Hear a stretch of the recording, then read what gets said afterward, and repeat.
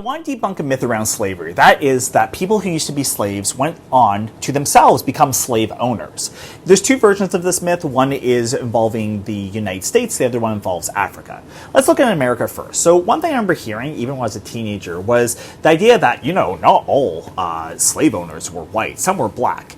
And there were a couple few black slave owners. But first of all, they represented less than 1% of all slave owners. And they also employed or purchased less than 1% of all slaves. So even if you want to go with this whole narrative, we're talking about, a very small percentage of the population.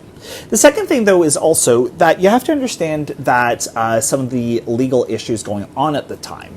As slavery continued in the United States, it became increasingly difficult to actually purchase and then free slaves. Many abolitionists did this, but after Nat Turner's rebellion, a lot of restrictive laws were put in place to make actually purchasing someone's freedom impossible.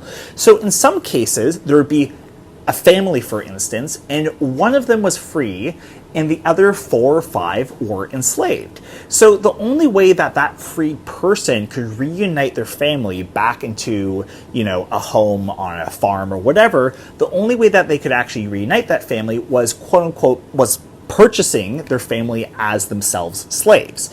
And that was just a legal fiction. They weren't actually enslaved. They actually weren't engaging in forced labor of any sort. Really what was being done was just they were being purchased to be reunited, nothing else further. The second myth I've also heard is regarding some of the freed slaves who went to go back to Africa. The country of Liberia, I remember hearing this myth all the time, that Liberia, oh, how ironic, freed slaves from the United States, went to Liberia and then enslaved the indigenous population. This is completely a myth. This is something that didn't actually happen. There was, in some cases, a social hierarchy between the former slaves from the United States and the indigenous population, but there was no slavery.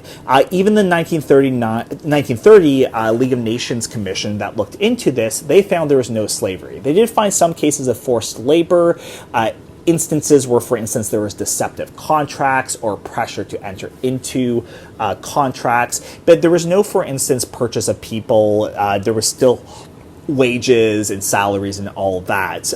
There wasn't the kind of chattel slavery that existed in the American South. Now, these myths aren't just only untrue, I find them extremely dangerous, because what they really do is they absolve white people from any sort of association with slavery, and also in the case of Liberia, discredits Pan-African unity.